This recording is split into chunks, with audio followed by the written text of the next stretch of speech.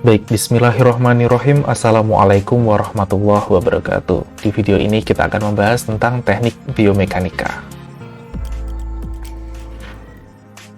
Baik, di video ini kita akan mempelajari tentang kinematika olahraga ya. Jadi diharapkan mahasiswa setelah mengikuti video ini, mahasiswa mampu menganalisis hubungan antara waktu, jarak, kecepatan, dan percepatan ya.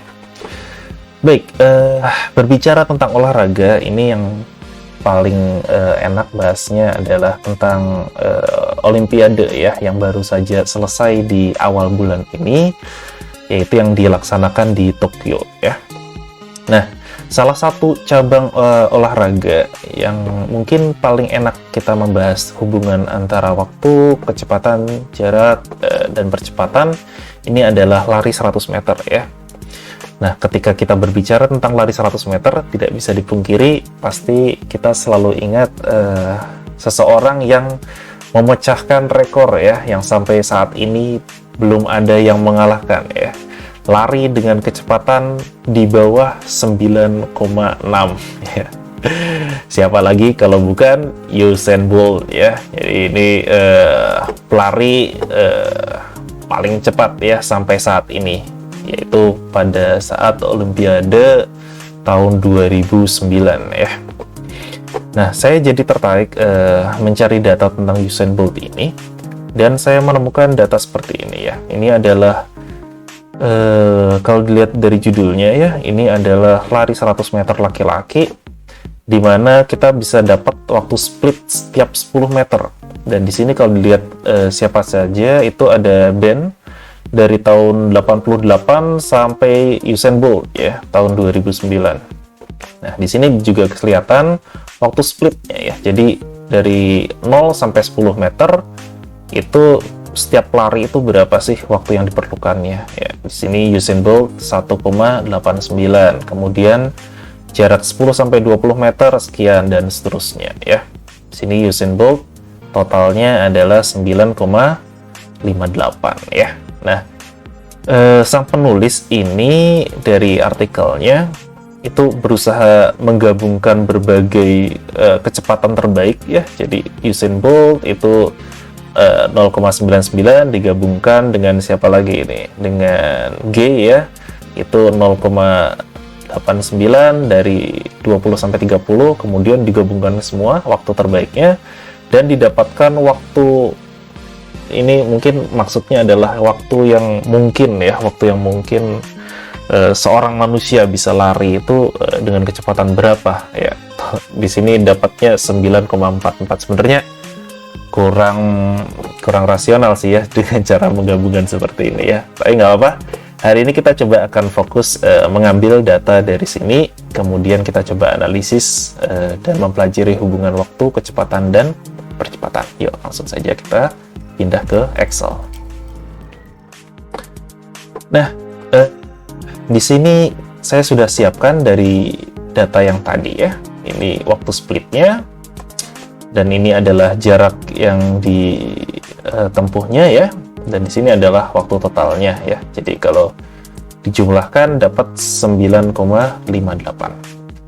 Nah, kecepatan itu sebenarnya hubungannya apa dengan waktu dan jarak? Ya, ini sederhana saja bahwa kecepatan itu adalah perpindahan dibagi dengan waktu ya. Jadi ingat, yang perlu kita masukkan ke sini itu adalah perubahan jaraknya ya. Jadi kalau saya mau hitung berapa kecepatan Usain Bolt pada jarak 0 sampai 10 meter ya, kita bisa hitung saja perubahan jaraknya dibagi dengan waktu splitnya ya. Di sini dapat 5,29 meter per second ya. Ini adalah waktu, ini adalah kecepatan ketika menempuh ini, dan kita bisa cari semua waktunya dengan Excel dengan mudah ya. Nah, kalau diperhatikan di sini ada kecepatan paling tinggi ya. Di sini 12,35. Kalau kita perhatikan ya, ini waktunya juga yang paling pendek. Sebenarnya masuk akal saja ya. Dengan jarak yang sama, jarak tempuhnya setiap 10 meter, waktunya paling pendek sehingga mendapatkan kecepatan yang paling tinggi. Nah, kemudian bagaimana dengan percepatan? Nah, percepatan juga sama ya, kita bisa dapatkan itu dari selisih kecepatannya ya. Jadi kalau kita mau cari percepatannya, kita bisa hitung selisih kecepatannya dengan sebelumnya dibagi dengan waktunya. Ya, dapat percepatannya dari 0 sampai 10 meter adalah 2,8 meter per second kuadrat. Dan kita bisa hitung yang mudah. Nah, di sini sebenarnya ada yang menarik ya. Di sini ada angka negatif. Angka negatif dalam percepatan itu maknanya adalah perlambatan ya, atau gampangnya melakukan ngerem ya, penurunan kecepatan ya, sehingga nilainya negatif. Berbeda dengan kecepatan, ketika kecepatan negatif itu artinya bergerak berlawanan arah ya. Nah, di sini juga ada yang nilainya 0. 0 ini maknanya apa? Artinya dia tidak melakukan perubahan kecepatan. Kalau kita perhatikan ya, di sini 12,05 dan 12,05. Jadi tidak ada perubahan kecepatan di sini ya. Nah, di sini juga kita bisa lihat nilai percepatan tertinggi itu ada di sini ya. Nilai percepatan tinggi nilainya adalah 4,86 ya. Artinya tidak selalu ketika nilai percepatan tertinggi itu adalah mendapatkan kecepatan yang tertinggi ya. Setiap komponen di sini itu memiliki makna yang berbeda-beda ya. Percepatan itu memiliki makna tentang perubahan kecepatan. Kecepatan adalah perubahan jarak terhadap waktu. Nah, bagaimana seandainya Usain Bolt ini tidak pernah melakukan penurunan kecepatan ya? Nah, kalau begitu, coba kita analisis ya. Kalau seandainya Usain Bolt tidak pernah melakukan penurunan kecepatan, artinya coba kita paste di sini, tidak ada nilai negatif. Paling kecil adalah 0 ya. 0 itu berarti tidak melakukan perubahan kecepatan ya. Atau gampangnya kita copy saja di sini kecepatannya. Ya. Kecepatannya ini nggak akan pernah turun. Jadi nilainya adalah 12,35 dan seterusnya ya. Seperti ini. Ini artinya tidak melakukan penurunan kecepatan ya. Berapa nih waktunya kira-kira? Kita sebenarnya bisa lihat dari sini. Ya, waktu itu adalah lihat persamaannya, kecepatan adalah perpindahan dibagi waktu.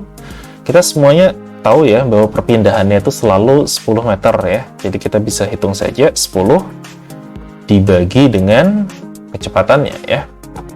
Maka kita akan dapat waktunya ya dari persamaan yang atas ini. Ya, ini seharusnya kita nanti dapat angka yang sama ya. Nah, ini dapat angka yang sama. Waktu speednya adalah 1,89. Di sini juga sama. Kenapa? Ya karena ini belum kita otak-atik ya. Kita kan otak-atik di bagian bawah. Yuk, coba kita lihat kira-kira berapa ya Usain Bolt waktunya. Oke, kemudian kita coba total sum semuanya. Oke ya, waktunya 9,53 ya.